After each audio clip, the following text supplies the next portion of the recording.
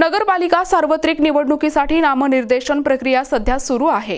राज्य निवडणूक आयोगाच्या निर्देशानुसार उमेदवारांना नामनिर्देशन अर्ज दाखल करण्यासाठी शनिवारी देखील संधी मिळणार आहे। सार्वत्रिक निवडणुकीसाठी उमेदवारांना त्यांचे नामनिर्देशन सकाळी 11 ते दुपारी 3 या वेळेत दाखल करता येणार आहेत। उमेदवारांनी नामनिर्देशन अर्ज दाखल करत असताना राज्य निवडणूक आयोगाच्या मार्गदर्शक सूचनांचे पालन करणे आवश्यक आहे। निवडणूक कार्यक्रम शांततापूर्ण आणि पारदर्शक वातावरणात पार पाडण्यासाठी आयोगाकडून सर्व स्तरावर तयारी सुरू आहे। राज्य निवडणूक आयोगाच्या सूचनेनुसार निवडणुकीसाठी वापरण्यात येणाऱ्या ईव्हीएम इलेक्ट्रॉनिक मतदान यंत्राची तयारी सध्या चालू आहे। बॅलेट युनिट 120 आणि कंट्रोल युनिट 240 तसेच बॅलेट युनिट ही यंत्रे तयार करण्याची प्रक्रिया सध्या सुरू आहे। या यंत्रांचा वापर आणि हाताळणीसंबंधी कर्मचाऱ्यांसाठी 2 दिवसांच्या प्रशिक्षणाचे आयोजन करण्यात आले। या प्रशिक्षणात कर्मचाऱ्यांना ईव्हीएम यंत्राचे कार्यरूप तपासणी आणि सील करण्याची प्रक्रिया आणि मतदानादरम्यान येणाऱ्या तांत्रिक बाबींची माहिती दिली जाईल, जेणेकरून मतदान प्रक्रिया अतिशय पारदर्शक आणि सुरळीत पार पडेल।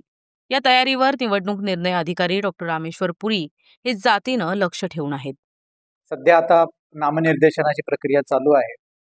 सार्वत्रिक निवडणूक 2025 नगरपालिका याचे नॉमिनेशन्स शनिवारी सुद्धा सुरू राहणार आहेत। 11 ते 3 या वेळेमध्ये रविवारची सुट्टी आहे आणि सोमवारी 3 वाजेपर्यंत उपस्थितांचे नॉमिनेशन्स घेतले जातील। ती प्रक्रिया चालू आहे।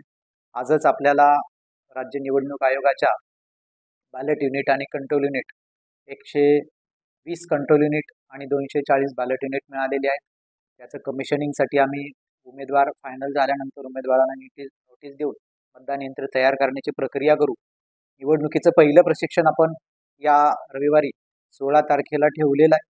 त्यानंतर दुसरं प्रशिक्षण सुद्धा पुढील उमेदवार फायनल झाल्याच्या दुसऱ्या तिसऱ्या दिवशीचं नियोजन केलेलं आहे।